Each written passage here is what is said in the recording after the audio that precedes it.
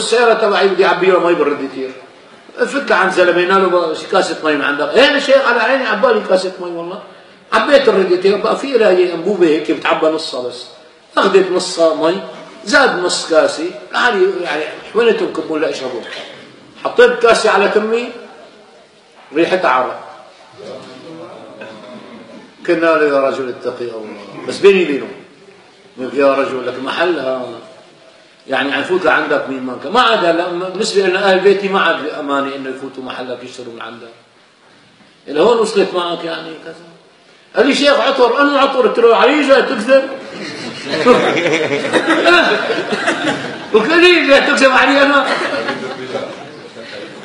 مرة كان في مولد بحارة جديدة قدموا الدكتور توفيق ابن الدكتور سعيد رمضان البوطي ألقى كلمة عن التوبة والمعصية. بعد منه مو معقول يقدموني قبله أنا هذول مشايخنا.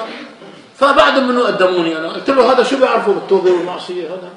هذا الكريم ابن الكريم ابن الكريم أبوه الدكتور سعيد جده مولى رمضان شو بيعرفوا بالمعصية؟ أنا بقول لكم ولا ينبئك مثل خبير.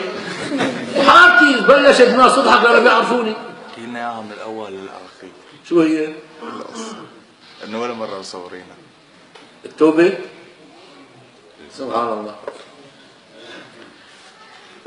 جل جلاله الله. يعني اي على المنبر كنت جيبها بخطب الجمعه.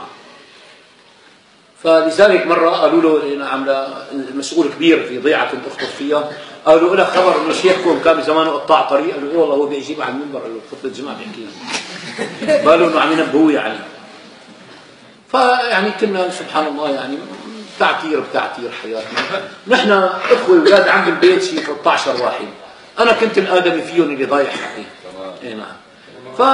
اي نعم كنا مأذيين وكنا اي نعم وكذا وسهر وليالي وطاس وكاس وقدوا كالمياس وما حدا ادنى. يوم من الايام جيت نام شفت حالي بالرؤيا اساق الى جهنم بالجنازير. جنازير بايدي ورقبتي وبخصري وبرجلي.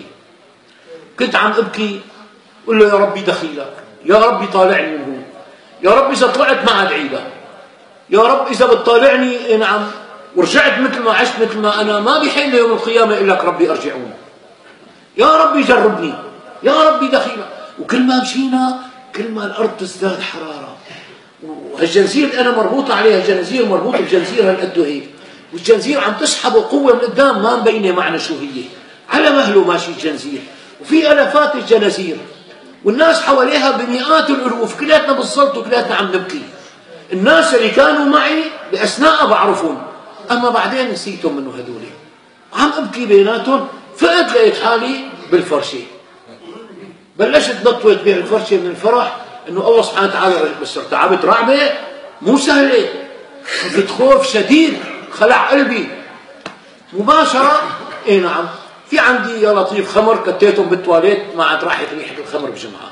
قلت لك شو ليش هيك انا اشتغلت. رحت على جامع الحنابله فت على الجامع بصلاه العصر ما عاد حدا فات على الجامع. قال اخي شو بدك؟ ما جاي يصلي. قال امتى كنتوا تصلوا انتم؟ اخي شو انتوا اكرم من الله؟ قال اخي اذا جاي تسرق صباط هي تشتوش ببيع احذيه روح خذ صباط ما عنده نحن نفحقه بس حل عنا روحنا نصلي.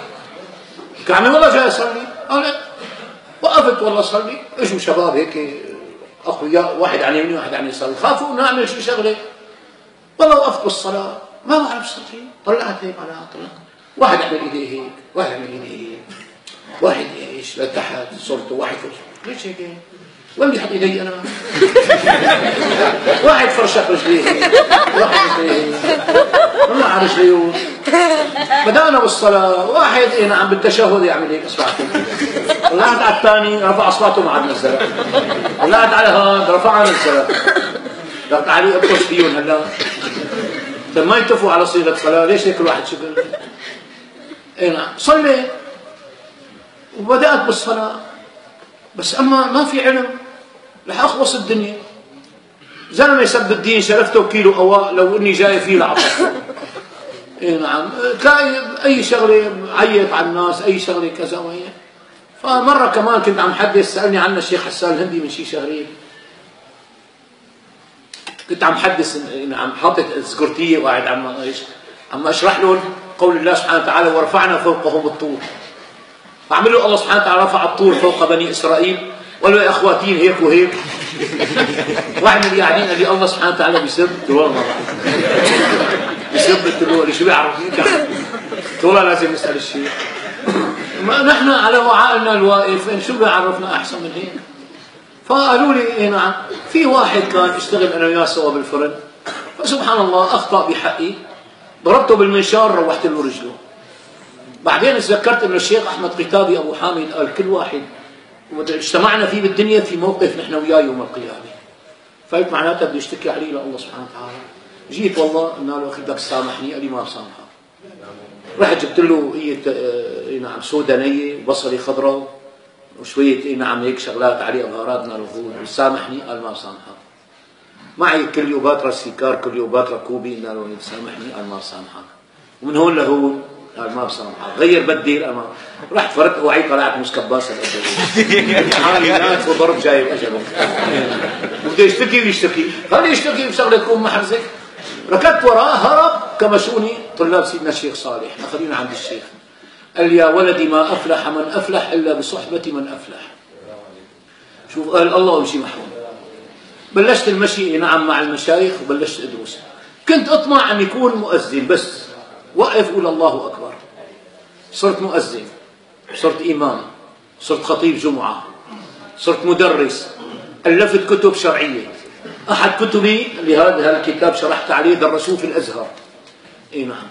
فالله سبحانه وتعالى اكرمني اكرام ما بعده اكرام. بس شو بدها بقى؟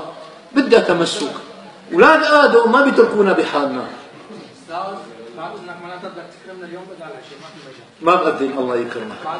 خلي لي اياكم. فسبحان الله. نعم ربي يكرمك يا ابي يحيى. الله يعطرك يا اخي. الله يجزاك.